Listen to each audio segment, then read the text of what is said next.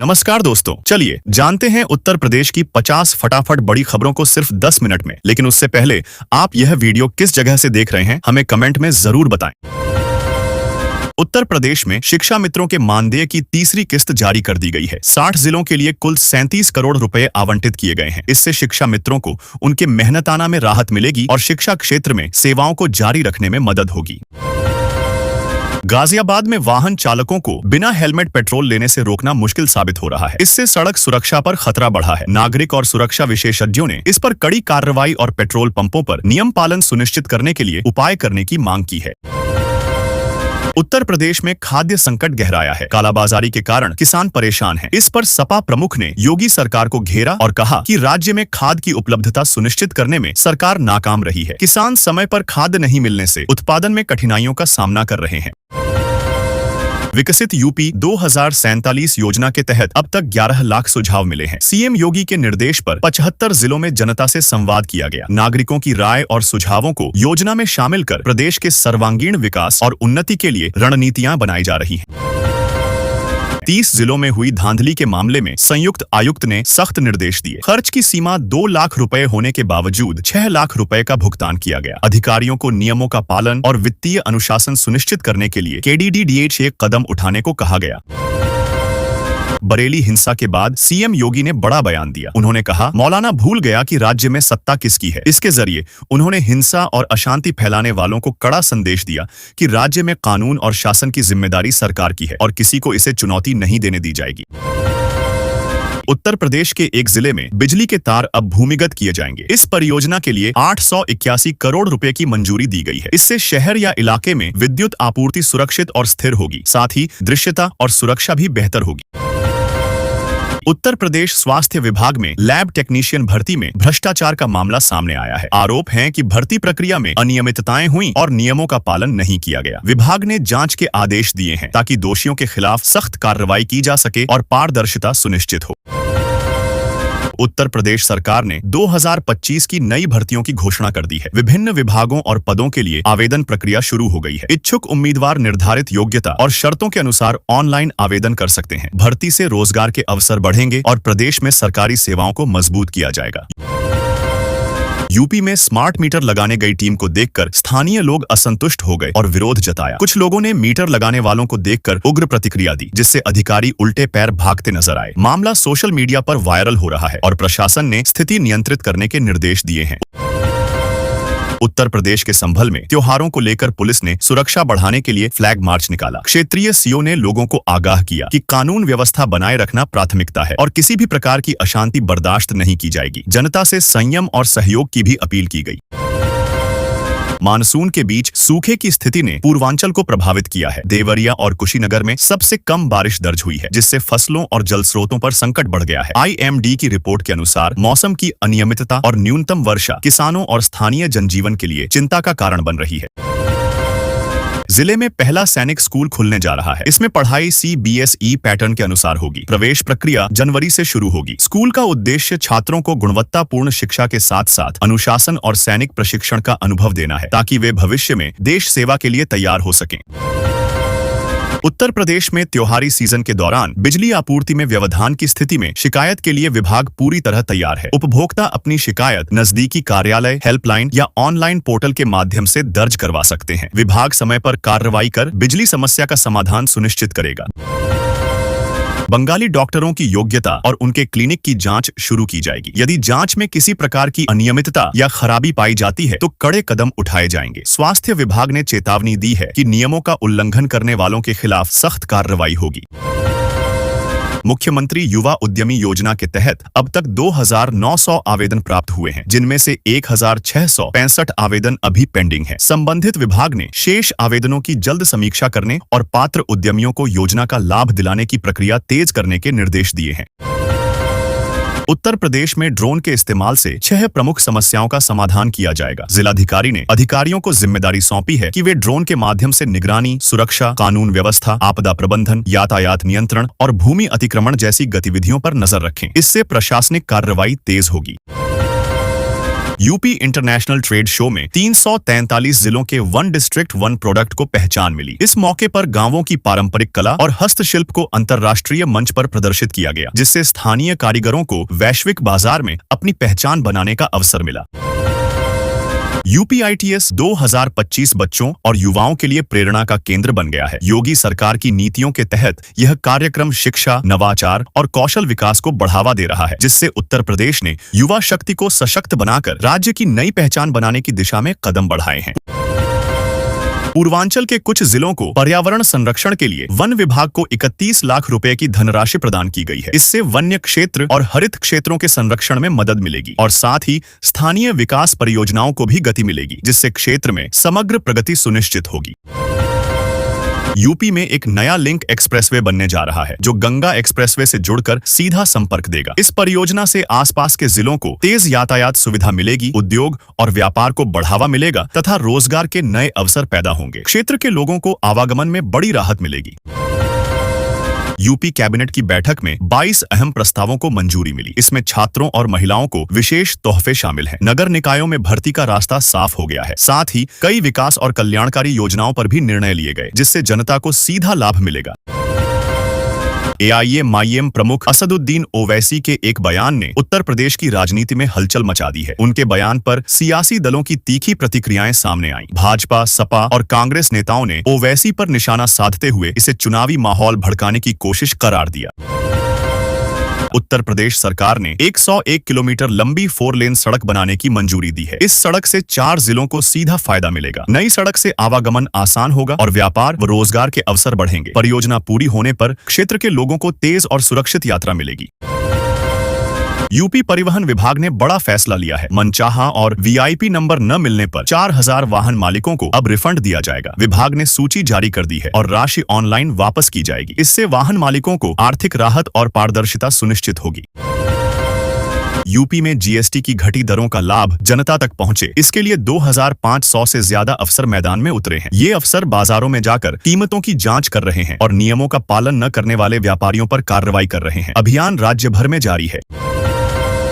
योगी सरकार ने यूपी में बड़ा कदम उठाते हुए आदेश दिया कि अब एफआईआर, गिरफ्तारी मेमो, मेडिकल रिपोर्ट और वाहनों के कागजों में किसी की जाति का उल्लेख नहीं होगा। यह फैसला जातिगत भेदभाव रोकने और प्रशासनिक कार्यों को पारदर्शी व निष्पक्ष बनाने के लिए लिया गया है। चुनाव आयोग ने आजाद समाज पार्टी समेत 127 राजनीतिक दलों को नोटिस जारी किया है। आरोप है कि इन दलों ने चुनाव के बाद खर्च का हिसाब नहीं दिया। आयोग ने निर्धारित समय में जवाब मांगा है, वरना दलों की मान्यता रद्द करने की कार्रवाई की जा सकती है। नेपाल हिंसा पर सीएम योगी ने कहा कि छोटी छोटी बातों को नजरअंदाज कर शांति और संवाद को बढ़ावा देना जरूरी है। उन्होंने लोगों से आपसी सौहार्द बनाए रखने की अपील की। योगी ने कहा कि हिंसा किसी समस्या का समाधान नहीं, बातचीत से ही स्थायी समाधान संभव है। यूपी में मौसम विभाग ने कई जिलों में भारी से बहुत भारी बारिश का अलर्ट जारी किया है। गरज, चमक और वज्रपात की संभावना जताई गई है। लोगों को सावधानी बरतने और खुले स्थानों पर न जाने की सलाह दी गई है। निचले इलाकों में जल भराव की आशंका है।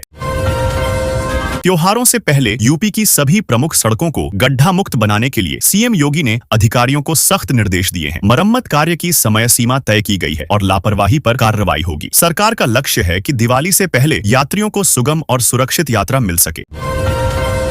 यूपी सरकार ने 16 आईएएस अधिकारियों का तबादला कर दिया है। लिस्ट में रोशन जैकब और बी चंद्रकला जैसे चर्चित नाम भी शामिल हैं। कई जिलों के डीएम बदले गए हैं और कुछ अधिकारियों को नई जिम्मेदारियां सौंपी गई हैं। प्रशासनिक फेरबदल से कामकाज में तेजी लाने की कोशिश। यूपी पंचायत चुनाव की तैयारियों के बीच आयोग ने निर्देश जारी किया है कि वोटिंग लिस्ट से नाम हटाने से पहले पूरी जांच की जाए। किसी पात्र मतदाता का नाम गलती से न कटे, इसका विशेष ध्यान रखा जाए। शिकायत मिलने पर तुरंत जांच कर सुधार करने के आदेश दिए गए हैं। यूपी के 11 जिलों में लंपी वायरल बीमारी फैल गई है। अब तक 9000 से ज्यादा गोवंश प्रभावित पाए गए हैं। पशुपालन विभाग ने इलाज और सहायता के लिए टोल फ्री नंबर जारी किया है। पशुपालकों को सतर्क रहने और बीमार पशुओं की तुरंत जानकारी देने की सलाह दी गई है।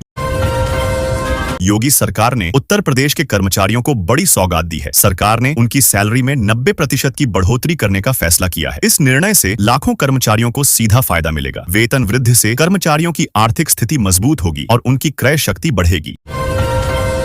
योगी सरकार ने बड़ा फैसला लेते हुए मुख्यमंत्री आवास योजना में नई जातियों को भी शामिल कर लिया है। अब इन जातियों के लोगों को भी पक्के घर का लाभ मिलेगा। सरकार ने अपडेटेड लिस्ट जारी की है, जिससे और ज्यादा जरूरतमंदों को योजना का फायदा मिल सकेगा। यूपी सरकार ने जमीन और संपत्ति को लेकर बड़ा अपडेट जारी किया है। अब रजिस्ट्री प्रक्रिया और पारदर्शी होगी। फर्जीवाड़ा रोकने के लिए डिजिटल रिकॉर्ड अनिवार्य किए जा रहे हैं। लोगों को ऑनलाइन दस्तावेज आसानी से मिलेंगे। इससे विवाद कम होंगे और खरीदार बिक्री करने वालों को बड़ी राहत मिलेगी। योगी सरकार ने प्रशासनिक फेरबदल करते हुए यूपी की टॉप 10 महिला IAS अधिकारियों को नई जिम्मेदारी सौंपी है। इन अधिकारियों को प्रमुख जिलों और विभागों में तैनात किया गया है। सरकार का मानना है कि इससे प्रशासनिक कामकाज में तेजी आएगी और महिला नेतृत्व को बढ़ावा मिलेगा। यूपी में योगी सरकार ने बड़ा प्रशासनिक फेरबदल किया है। कुल 16 IAS अफसरों के तबादले किए गए हैं। इन्हें अलग अलग जिलों और महत्वपूर्ण विभागों में नई जिम्मेदारी दी गई है। सरकार का कहना है कि इस बदलाव से प्रशासनिक कामकाज में तेजी और बेहतर समन्वय सुनिश्चित होगा। दिव्यांग छात्रों के लिए बड़ी खुशखबरी है। सरकार ने उनके लिए नई छात्रवृत्ति योजनाएं शुरू की हैं। इन योजनाओं के तहत ट्यूशन फीस, किताबें और अन्य शैक्षिक खर्चों का वहन किया जाएगा। इसका उद्देश्य दिव्यांग छात्रों को पढ़ाई के लिए प्रोत्साहित करना और उन्हें आत्मनिर्भर बनाना है। यूपी सरकार ने आंगनबाड़ी कार्यकर्ताओं के लिए बड़ा फैसला लिया है। अब मानदेय में बढ़ोतरी के साथ कई भत्तों की सुविधा भी मिलेगी। सरकार ने नई भर्ती प्रक्रिया तेज करने और खाली पद जल्द भरने के निर्देश दिए हैं। इससे कार्यकर्ताओं का मनोबल बढ़ेगा और सेवाओं की गुणवत्ता सुधरेगी। उत्तर प्रदेश में शिक्षक भर्ती नियमों में बड़ा बदलाव किया गया है। अब TGT में जीव विज्ञान विषय फिर से शामिल होगा। PGT भर्ती में योग्यता और चयन प्रक्रिया की शर्तें और सख्त कर दी गई हैं। सरकार का लक्ष्य गुणवत्तापूर्ण शिक्षा और बेहतर शिक्षक चयन सुनिश्चित करना है। सरकार ने धान का समर्थन मूल्य 69 रुपए बढ़ा दिया है। पश्चिमी उत्तर प्रदेश में धान की खरीद 1 अक्टूबर से शुरू होगी। किसानों को बेहतर दाम देने और समय पर खरीद सुनिश्चित करने के लिए यह फैसला लिया गया है। इससे किसानों की आमदनी में सुधार होगा। LT ग्रेड शिक्षक भर्ती परीक्षा 6, 7 और 21 दिसंबर को आयोजित होगी। इस बार 12.36 लाख अभ्यर्थियों ने आवेदन किया है। बड़ी संख्या में आवेदनों को देखते हुए परीक्षा कई चरणों में कराई जाएगी। अभ्यर्थियों को जल्द ही प्रवेश पत्र जारी किए जाएंगे। यूपी में मौसम का मिजाज बदल गया है। पूर्वी जिलों में भारी बारिश का अलर्ट जारी किया गया है, जिससे लोगों को सतर्क रहने की सलाह दी गई है। वहीं पश्चिमी जिलों में बारिश से राहत मिली है। किसानों और आम लोगों के लिए यह मौसम महत्वपूर्ण साबित होगा। मैनपुरी में 7.92 करोड़ रुपए की लागत से नया बिजली घर बनाया जाएगा। इसके लिए नलकूप कॉलोनी के पीछे की जमीन को मंजूरी मिल गई है। बिजली घर बनने से क्षेत्र में बिजली आपूर्ति सुचारू होगी और उपभोक्ताओं को बार बार कटौती की समस्या से राहत मिलेगी। उत्तर प्रदेश में अक्टूबर से धान की खरीद शुरू होगी। सरकार ने इस बार किसानों को बढ़ा हुआ समर्थन मूल्य देने का ऐलान किया है। इससे धान उत्पादकों को बेहतर लाभ मिलेगा और उनकी आमदनी में इजाफा होगा। खरीद केंद्रों की तैयारी तेज कर दी गई है। यूपी के रायबरेली में ड्रोन रात के समय कई गांवों में मंडराते देखे जा रहे हैं। लोग आशंका जता रहे हैं कि इनसे घरों और खेतों की रेकी की जा रही है, जिससे चोरी का खतरा बढ़ सकता है। डर के कारण लोग रात भर जाग रहे हैं। पुलिस ने गश्त बढ़ा दी है।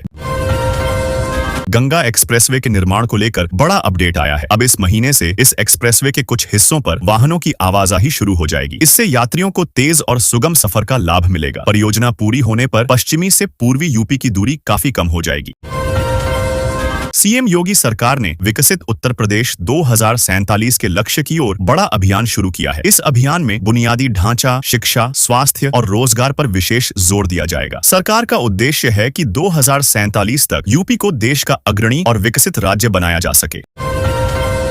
लखीमपुर में एक ग्रामीण के घर से चेकर्ड कीलबैक सांप निकला, जिससे इलाके में हड़कंप मच गया। सूचना पर दुधवा टाइगर कंजर्वेशन फाउंडेशन की टीम मौके पर पहुंची और सुरक्षित तरीके से सांप को रेस्क्यू कर जंगल में छोड़ दिया। लोगों ने राहत की सांस ली। योगी सरकार ने बड़ा फैसला लेते हुए संस्कृत पढ़ने वाले छात्रों को भी IAS सहित अन्य प्रतियोगी परीक्षाओं में अवसर देने का रास्ता खोल दिया है। अब संस्कृत विषय को मुख्य धारा में शामिल किया जाएगा। यह कदम संस्कृत को बढ़ावा देने के साथ युवाओं के लिए सुनहरा मौका बनेगा। उत्तर प्रदेश में अब लोग ऑनलाइन खतौनी निकाल सकते हैं। इसके लिए राजस्व विभाग की वेबसाइट पर जाकर आसानी से आवेदन किया जा सकता है। इससे समय और मेहनत की बचत होगी। घर बैठे खाता पुस्तिका, जमीन की जानकारी और मालिकाना हक की प्रमाणित कॉपी प्राप्त करना संभव है।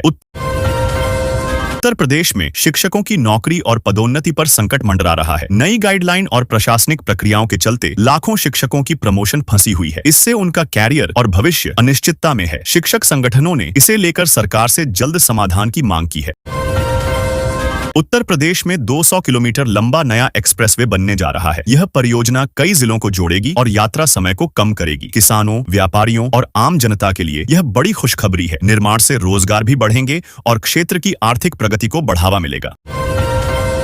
उत्तर प्रदेश में वाहनों की सघन चेकिंग के आदेश जारी किए गए हैं। पुलिस और ट्रैफिक विभाग गैर कानूनी गतिविधियों, अवैध परिवहन और नियमों के उल्लंघन पर कड़ी कार्रवाई करेंगे।